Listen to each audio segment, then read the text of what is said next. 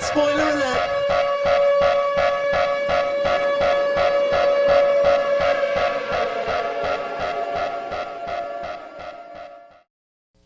You know what I could go for?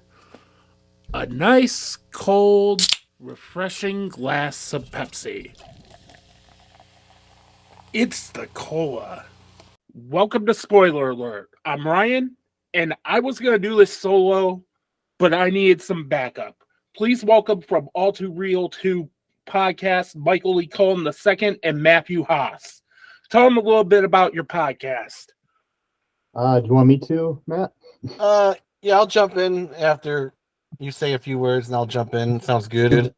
Okay, basically our show is a pop culture podcast where we cover a lot of things. We do interviews from time to time, but we also have we cover a lot of bad movies and TV shows, also some good ones from time to time, a lot of direct-to-video sequels and pilots of TV shows that didn't really make it and things of that nature.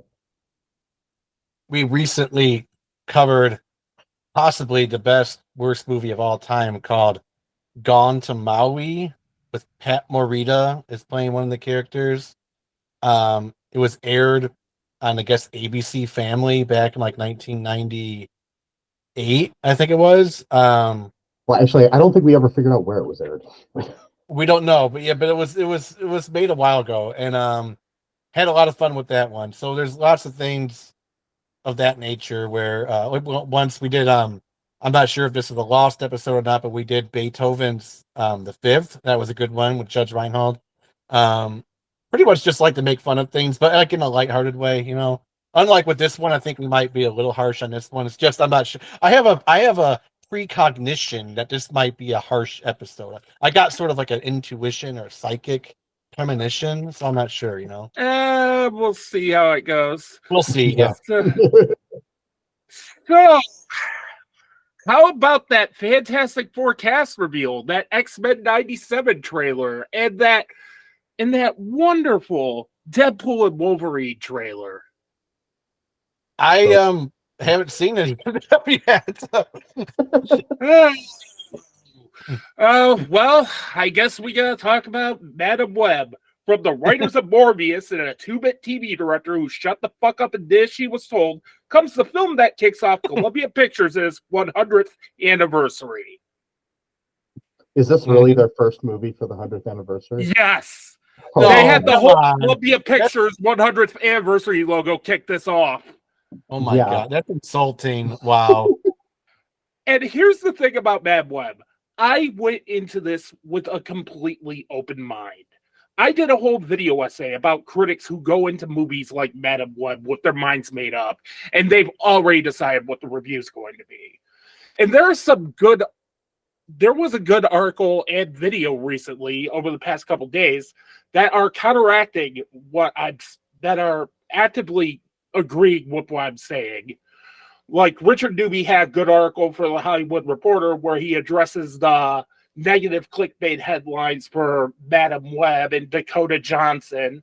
And then Chris Stuckman released a video yesterday condemning Sony's approach to Madam Web, though not attacking the film in any way, but rather addressing the studio system responsible for this.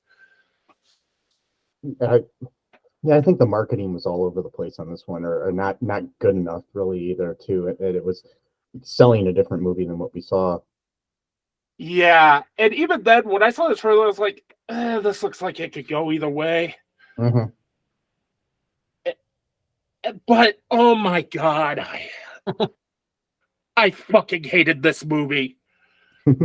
This feels less like a movie and more like a network TV pilot being burnt off in the summertime as a TV movie. It's like in my notes here from when I watched it, I said this would make maybe a decent like two-parter of like an Arrowverse show or something. Comparing this to the CW is an insult because at least the CW shows have personalities. Yeah, but what I'm saying is it would be like if you took this plot and put it into a CW show two-parter, it might work, but it doesn't really work as a Hollywood film.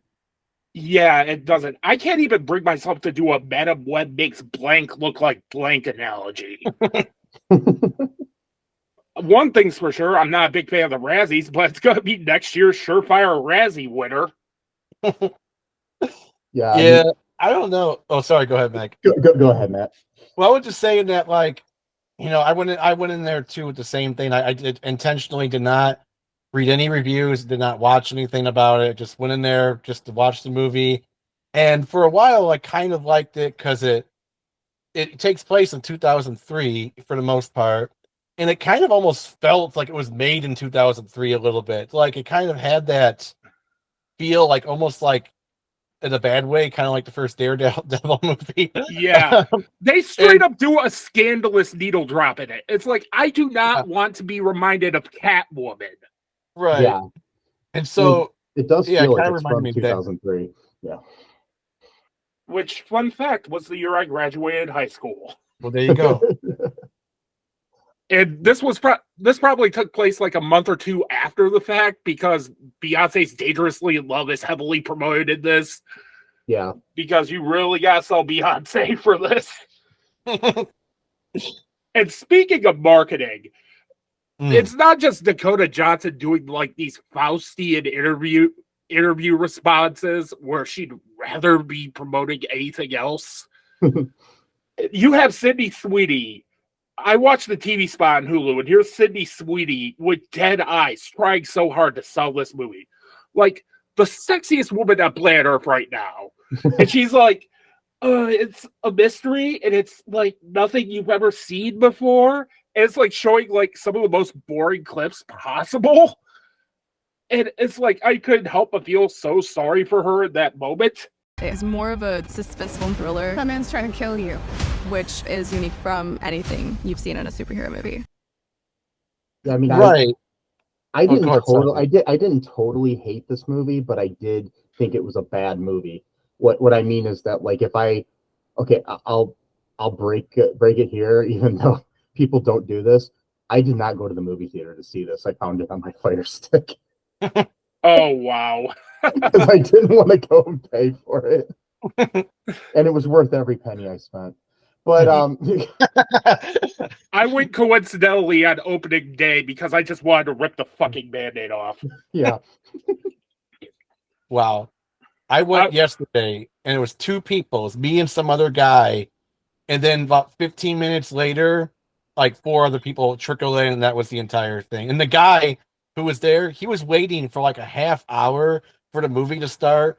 He left after 15 minutes of the movie. And then he was just gone. Really? Yeah. I don't blame him. Yeah. Did the other people come late, or were they? Yeah, he was there.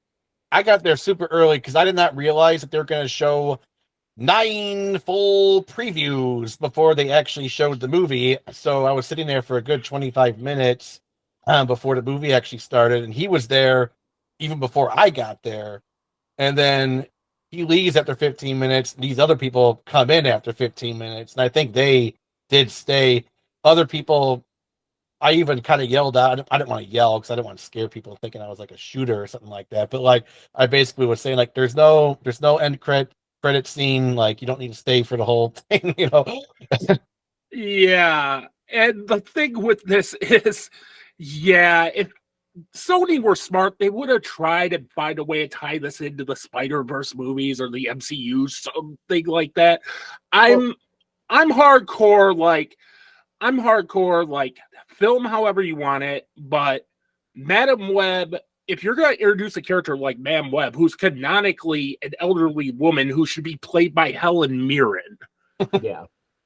My thing with it is like, is this supposed to be like a prequel to the Tom Holland movies?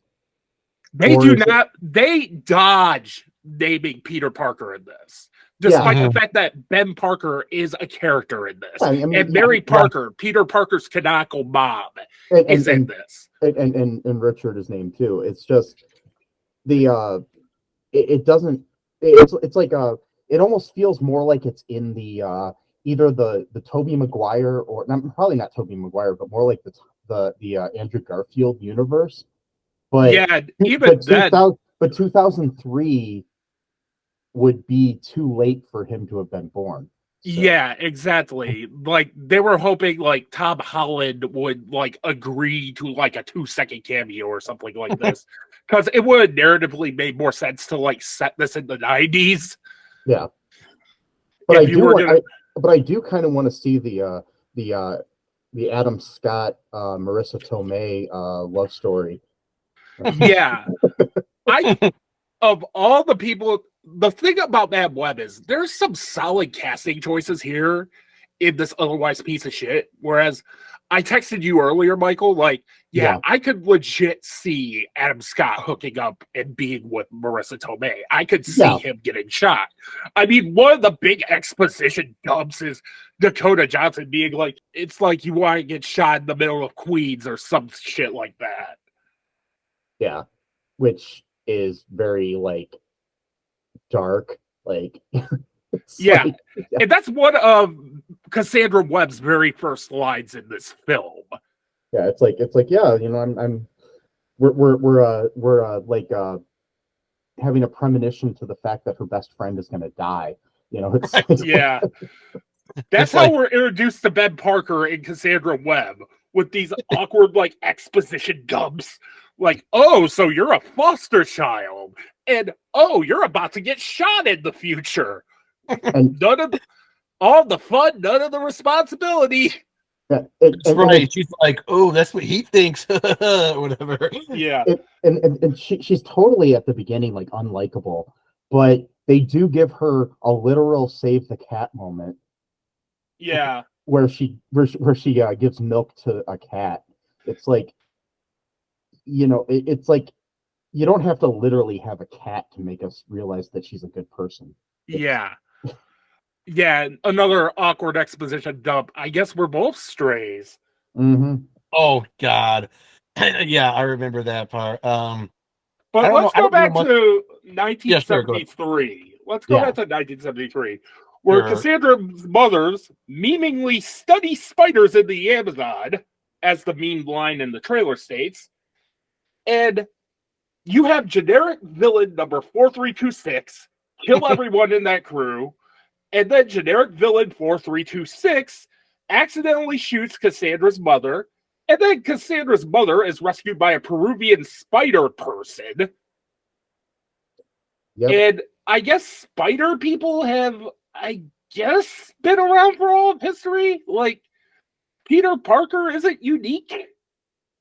Yeah, I guess so, because like we then later have Ezekiel as a spider type person too and running around New York City. So it's like, I don't know. And I do think that this movie is completely, like you said, the casting is good. And I mean, you got Carrie Bechet in there as the mother, and she's an amazing actress and such a waste in this movie.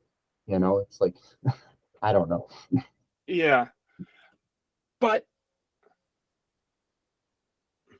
say what you will about the Argyle, the other film people and critics were dunking on and already had their minds made up. Like, that at least is fun. That film at least knows what it is. Yeah, I have my issues with it. It has a lot of issues. It's a film tailor-made to watch on a rainy day when there's nothing else on Apple TV Plus. Yeah, I mean, I went and saw it in theaters because my boss of one of my jobs was in town. And he said, "Hey, do you want to go see Argyle in theaters?" And he says, "I'm paying," and that's the only reason I went and saw Argyle. And I enjoyed it, but it was like definitely not a thinker. You know? Yeah, it's like And the thing with Mad Web is it's so suckingly boring.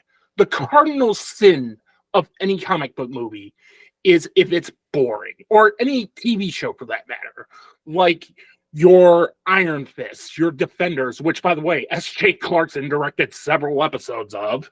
Yeah. I mean, she's directed some, like, you know, prestige TV that is, like, decent from what I know. I mean, but still, it's like... It's still TV. It still looks like a TV show. And that's what this movie looked like, a TV show, yeah.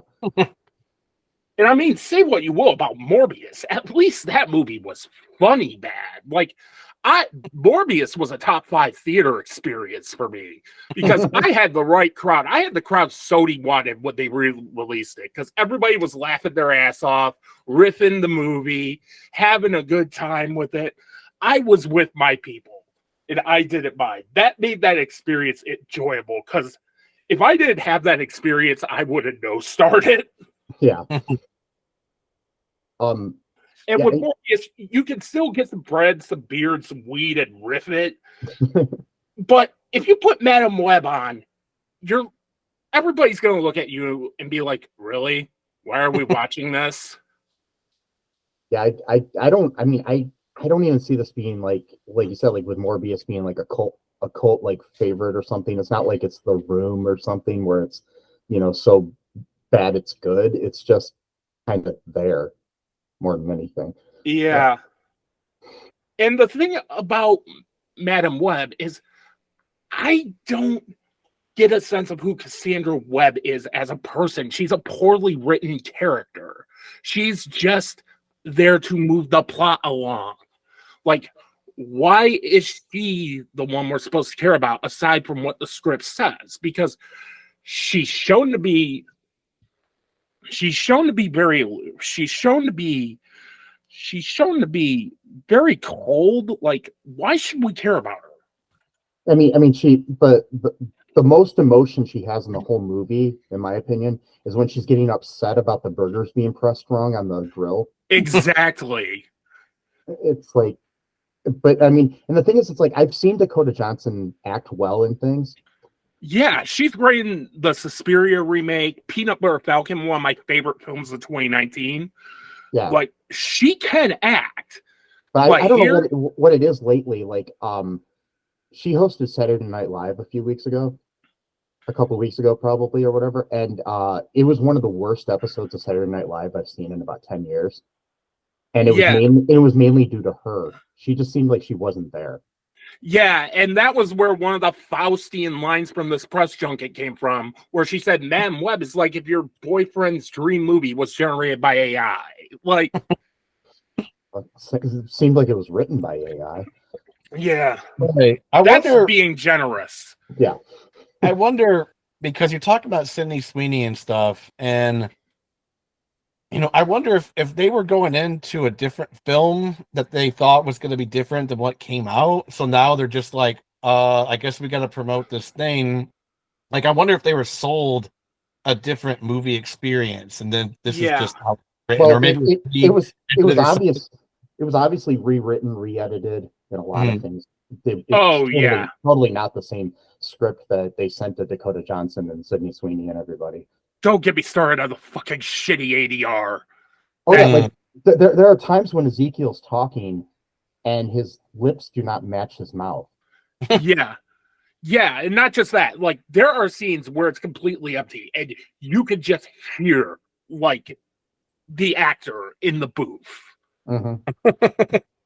And it seems like the whole like how do you say her first name? I don't know, the Mammoth actress. She plays the Nosy, I think it is. Yeah. It seems like her character was like added after the fact. Yeah. Like, she didn't seem natural to the story. She seemed like she was just there because they needed a person in the chair, like a CW show. And it didn't work. And speaking of Sydney Sweeney, the only time you get to see the Spider Women in costume is in the trailer. There's like one dream sequence, or I mean, future premonition sequence, I should say. Yeah. So. Yeah, a grand total of like 2 minutes of trailer shots. Mm-hmm. And then you have generic villain 4326, aka Ezekiel, because I just learned what his name was. And he wants to kill 3 teens because they become spider people in the future. It has the best tech 2003 can provide to track them down. I mean, it's like I'm looking at this, and this is like, she's supposedly, I think, from the like formerly at the NSA or something. This character, I think they mentioned that like randomly, but she, like, the technology she has is way beyond 2003. Yeah, and I mean, you can recreate the people of faces of people from somebody's dream somehow. I don't know how that's possible, but but at the same time, they weren't able to find Bin Laden yet. Right? It only took him, what, a whole 8 years to find Bin Laden? Yeah. The thing is, I don't understand.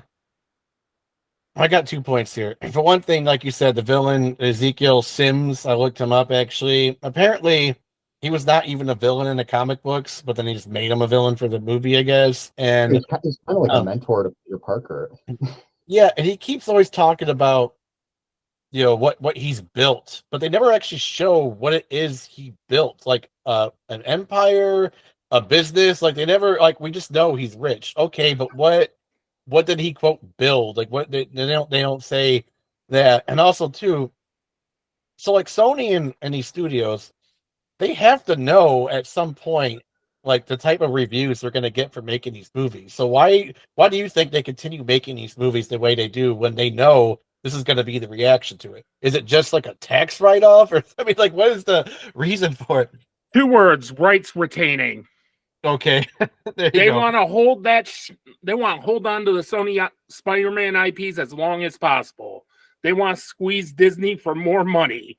I mean, I have no hope for Craven whatsoever because of this. Yeah, I'm probably gonna skip that one. Yeah, because I'm just getting Hellboy 2019 vibes, edginess for the sake of edginess, where it's just like, why is this movie made? Why does it look this cheap? Why is this R-rated when it really shouldn't be? And believe me, I love R-rated comic book movies. Oh yeah, and I mean, I can't wait for the next Deadpool because of that. But still, there's Logan was awesome, but there's like so much, like Ezekiel Sims, like in the comics, he's like a guy who doesn't wear shoes and stuff like that. There's a random scene where he's not. I mean, several scenes I've seen where in the movie he's not wearing shoes, but they never explain this.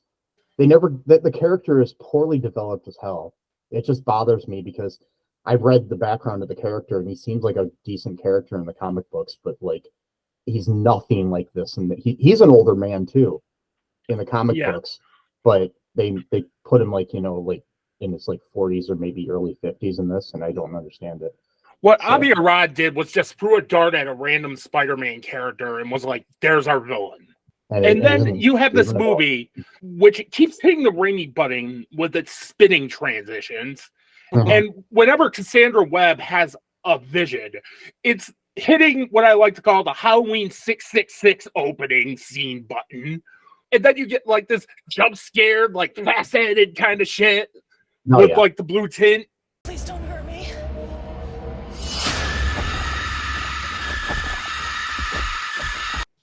Yeah, the re-edited Halloween 6, like the theatrical cut. Yeah, the theatrical cut.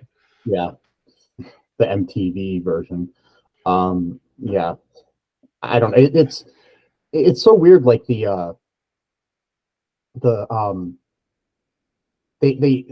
don't get any of the characters like right from the comics, and I know that you gotta make them different for the movies slightly, but it's like you didn't even make them enjoyable. You just made them generic characters with no soul behind them. That's why I think it seems like it was written by AI. Yeah. Roger Ebert gave a 1-star review to a film called Besieged solely for Fandaway News Press. I can't even bring myself to add a star for Sydney Sweeney dancing on a table to Britney Spears' Toxic in a schoolgirl outfit. Toxic, which, by the way, the single didn't come out until 2004, and this takes place in 2003. I had to look this up. I mean, the album was out, but I don't think it was going to be played on radio in 2000. You couldn't clear Crazy in Love, which is distributed by Sony's parent company. The album you actively promoted in a scene. The thing is I think that they chose Toxic because how their version of Ezekiel Sims could like infect you with like toxins or something, it's just so it's back to the Halloween 666 button as Cassandra Webb has got to go rescue them because she actively puts them in danger at all times. This is Mad Webb in a nutshell. Vision, exposition dump, Vision, puts teens in danger, repeat. I read that the early plot of this movie that they decided not to do, it sounded a hell of a lot better than this. It was actually like a thriller, like it is still kind of, but it was about whoever the villain that they were going to use, and I don't even think it was Ezekiel Sims in the original draft, was trying to kind of like a Terminator sort of thing, where he was trying to actively kill Spider-Man before he was born. Ooh. Yeah. And he was going to, like, kill Mary Parker, and it was up to Cassandra Webb and the girls to, like, protect her. Okay, look, it's a direct rip-off of Terminator, but that would have at least been a 1 out of 5 movie. Yeah, exactly. But the thing about this film is everyone is on autopilot. Even like the actors you think would be good in this are on autopilot. Adam Scott is just Adam Scott in this. Sydney Sweeney is just hoping the paycheck clears. Like you said earlier about Dakota Johnson, like the only emotion she shows is when Mike Epps is pressing on a burger. Yeah. All while awkwardly holding the can of Pepsi to ensure the logo is prominently seen. This is the longest. This is literally the longest Pepsi commercial I've ever seen. Yeah. Yeah. They also had a Mountain Dew Code Red scene as well, where they were holding that awkwardly. Yeah. Speaking of red, though, too, because of her color scheme, every scene in this movie has red in it somehow. Yeah, and including the Code Red. And Code Red is a Pepsi product too, so and that's basically why I think this is a Pepsi commercial. Yeah, you could really tell Dakota Johnson was cussing her agent out on the phone after every take of this film. Yeah. Or maybe when she made it, it was something different, and they shot other scenes that we are never going to see. Yeah. In a cohesive movie, and I don't know. Or she was just, or they cut it before they filmed it, and the script she got originally was good. I don't think this is a Marvel scenario where you could tell that film was clearly different and that it was practically recut to be Ms. Marvel's season 2 premiere.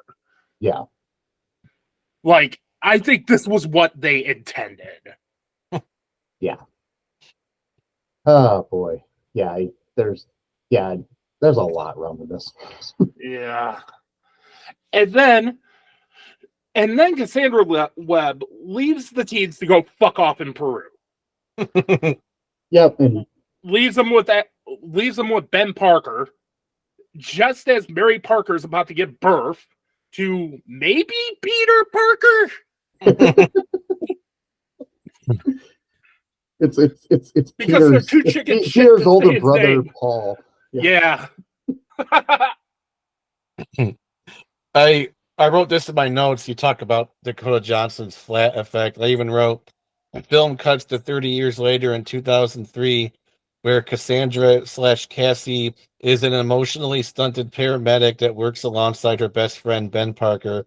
They trade friendly barbs with each other and talk about how they don't like to have feelings towards their patients. I mean, it's kind of how it was. Like, yeah. I mean that whole scene where it's like the stepbrother of Sydney Sweeney's character, tries to give her that picture or whatever in the hospital, and she's just being a complete bitch about it, and I don't understand why. It's like, and that goes back to what I'm saying. Why should I care about her? Yeah, exactly. She's just kind of, off-putting. I mean, I kind of did my own justification. It's like maybe they don't want to make attachments with the people because they're like in a life or death situation, so they don't want to get too sad if the person dies on the way to the hospital, so they're kind of shut themselves off. I don't know, but still, you don't need to act that like weird about it, Yeah, he's acting more like Eddie Brock than Eddie Brock does in the Venom movies. Yeah, and it's like I think you're thinking more into it, Matt, than the writers actually did. Oh, I'm sure I am. I always try to come up with my own interpretation to make it better in my mind than what it really is. But yeah, it's right. She goes to fuck off in Peru. That's where you were talking, and then yeah. She leaves the teens to go fuck off in Peru to figure out her spider powers. just in time to rescue them from generic spider person, which is the final third act, complete with the shit CGI that takes place at night to hide the shit CGI. Mm-hmm. I mean, like 94 or whatever, 93 or 94, when Jurassic Park came out, looked a lot better than this, and I know they were hiding stuff in the dark too, but this is just horrible. And then like, you know, and it continues though too with the big Pepsi Cola sign, you know, the Pepsi commercial, I'm telling you. Oh yes. The choice of a new generation. Yes, get that glory shot of the Pepsi Cola side. Yes, make sure the power of Pepsi kills generic spider person 4326. And then there's the scene too where she somehow takes the ambulance and crashes through through like a Calvin Klein sign in a parking garage. Yeah. Which makes no physical or any kind of sense, you know, because there's usually like, you know, barriers that wouldn't allow you to do that. She would have damaged the thing, and I don't know, it's just damaged the ambulance. It's just so outrageous. Yeah. But if I cared about her, it might not bother me as much. Yeah. And then as we said, with the power of Pepsi, Ezekiel is defeated, thus completing his premonition, albeit incorrect. Yeah. And then we got to figure out a way to paralyze and blind Cassandra Webb. So, they're in a fireworks factory. I was trying to figure out what that was about, because I know that she was technically, so I forgot to mention, she was going to be born with a disease, and that's why her mom went to Peru in the first place, to find the spider, so that she wouldn't be born with this disease. And that's what that disease sometimes causes.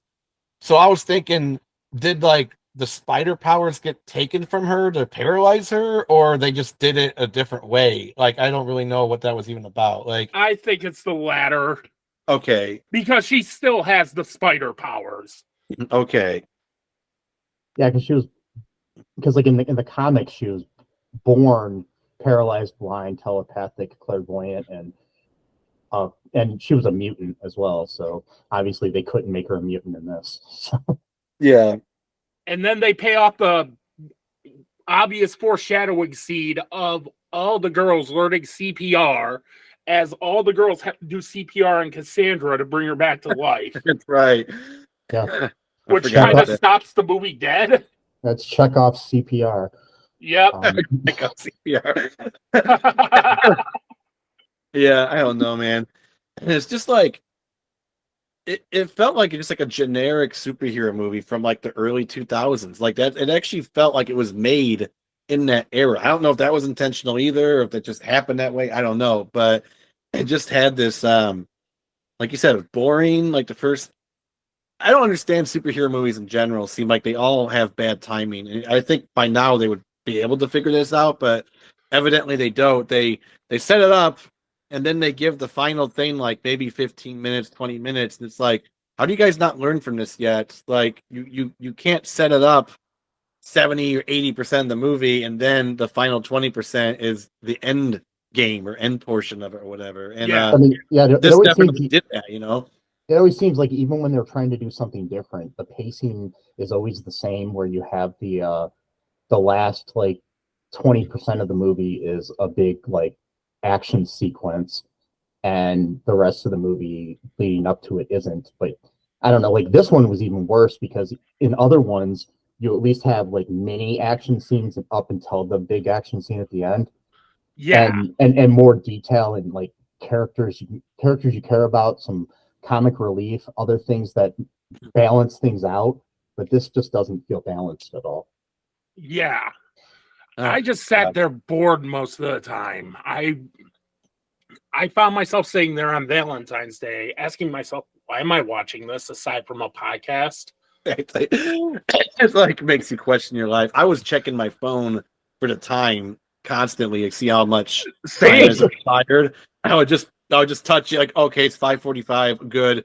We got about 45 minutes left. And that's the other thing too. It reminded me about the generic villain and stuff. So at one point, he's like, "You can't just defeat me with your mind alone," type of thing, because she doesn't have like the cool fighting powers, and she keeps literally looking up at the sign that she wants to fall down on him. At no point does he look up as well. Like, I wonder if she wants something to fall on me, because she keeps looking up, and it's like, what? Like, Yeah, and she finally figures out, with the power of the script, how to astral project and save the future Spider Women.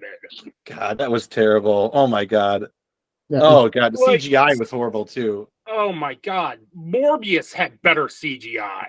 and they there were several times I read online after watching it that they reused shots from Sam Raimi's Spider-Man movies.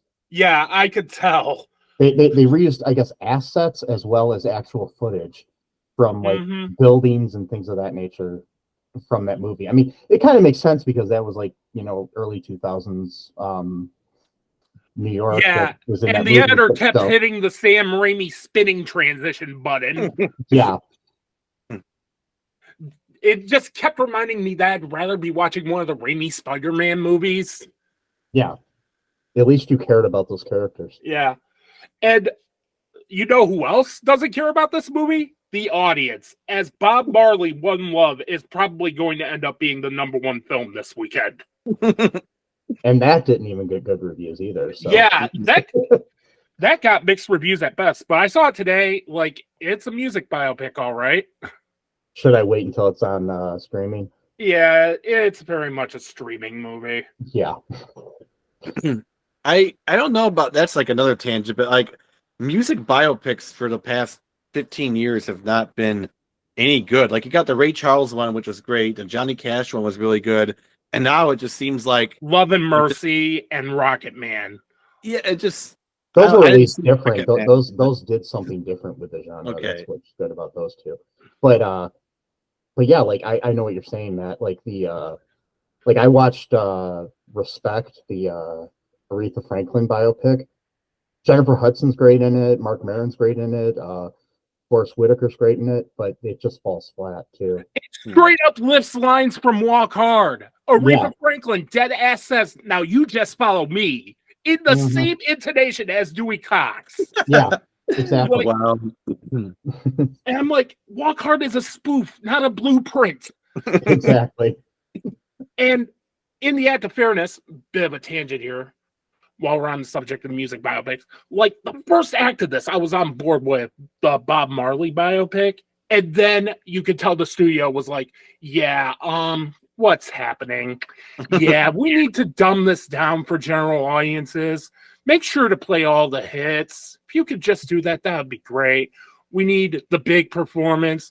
We need some trauma in the childhood. We need the big tour montage.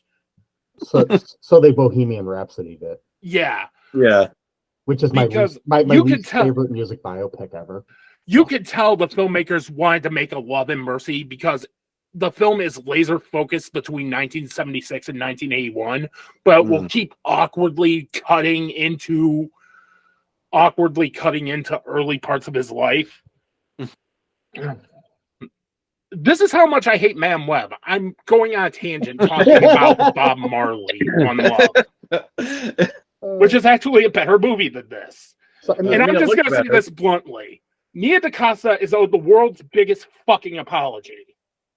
Yeah. Say what you will about the Marvels. And yes, the Marvels has a lot of studio issues with it too. At least that has a sense of pace and likable characters Brie Larson could play off of. Hell, Brie Larson is better in that movie. Go figure, give her better writing and directing. Captain Marvel is a good character. And you give her like Iman Vellani to act off of, which is like, I think she's the brightest hope in the whole in the whole future of Marvel. Yeah. I love that young lady. I hope she goes places outside of she's MCU. Amazing. She's amazing. I mean, and it's amazing that was her first role. So, and she hit it out of the park. I'd like to see her do other things. I'd like to see her do more dramatic work. Yeah. But with Madam Web, I don't know who this film is made for aside from Avi Arad. and Tom Rothman. I mean, if you had one likable character in this movie, like nobody in this movie was likable. Maybe to a point, I liked Mike Epps' character for the little bit of time he was on screen. If I had to choose gun to head who the best character was in the film, it would be Ben Parker. Yeah, I mean, but that's because too. It's Adam Scott. That's because it's Adam Scott playing the role. I mean, the same thing. It's like because Mike Epps is playing the role, he's likable. But and the same thing with Adam Scott, like you're saying, it's like you can't really those guys are likable regardless. So yeah, but somehow this movie, like you're saying, it made me not like Sydney Sweeney. Yeah, and I want to marry Sydney Sweeney. Okay, how do you not make me not want to marry Sydney Sweeney? Like, if this were my first impression of Sydney Sweeney, I'd be like, get her off the screen. She's not going to go anywhere. Yeah. Versus seeing her in that iconic bearskin rug shot in Euphoria and the complex character of Cassie in Euphoria. Or stuff like The White Lotus. Like, Sydney Sweeney can act, but her transition into films isn't really working. I still haven't seen that. There's that one that she Anyone But You? No, the one for TV that she did. Reality was actually really good. That's the one I wanted to see. I've been wanting to watch that. Yeah, Reality was actually really good. But Anyone But You was just mediocre. It's like a straight up screaming movie. Mm-hmm. And I think Dustin and I should explore that idea we just discussed in Morbius, like where we just deep dive why the fuck Sony keeps making these movies. Like you said, it's got to be the to keep the rights to the characters, but it just seems. I mean, I thought the Venom movies were decent. The first Venom movie I like in like if there's nothing on basic cable and it's in the middle of the movie kind of thing. They're decent, but could have been a lot better. But at least they had like likable characters in them. And they had a personality to them. Yeah, but this had none of that. But I mean, I just don't understand. It's like they're going downhill on all these things. Like it's very frightening. I mean, there's so many good characters in the Spider-Verse as well. Yeah. I mean, speaking of that though, like the Spider-Verse animated movies, they're doing great with. I mean, those are amazing. But and I'm not one of those assholes who's like, oh, the Spider-Verse movies don't count because they're good. But at the end of the day, Sony still put money into those movies. Mm-hmm. You can congratulate Sony for those movies. Yeah. They were like, okay, we can't use Peter Parker. Fuck you. We're going to use Miles Morales. Boom. Has Sony made any other good movies recently? I mean, I'm just wondering, like in general, not Spider movies, but Ghostbusters Afterlife I really liked. Yeah, I guess that works. Yeah, I forgot that they have that. I was just trying to think. I really dug the hell out of Bullet Trade. Yeah, that was decent. I mean, I just don't know. Once Upon a Time in Hollywood is Sony. Oh, is it? Yeah, that's amazing. Yeah. Yeah, like Sony has good instincts, but when it comes to Spider-Man and non-Spider-Man movies, they suck. Mm-hmm. Like they just got excise Aviarad out of these movies. I mean, they need to just get him out of filmmaking and producing altogether, in my opinion. But yeah. And with the topic of movies like Batgirl and Coyote versus Acme getting Thanos snapped, I mean, why can't shit like this get Thanos snapped? Why can't Kraven the Hunter get Thanos snapped? Because Sony doesn't have a David Zaslav. Yeah. And Sony is actually the profitable studio of the big studios right now. Yeah. All right, so I'm going to let you guys go first. I'm going to start with you, Michael. Out of 5, what would you give this movie? A 1. And Matt, you? 0.5. We go 0 here. I award Madam Web no stars. and may God have mercy on its soul. Which, by the way, is the first time I said this for a spoiler alert. Yeah, I didn't know we could go zero or halves. So I. Yeah. If you want to go zero, go ahead. I'll give it a point. Can I give it a 0.3? What the hell? You guys are the guests. Yeah.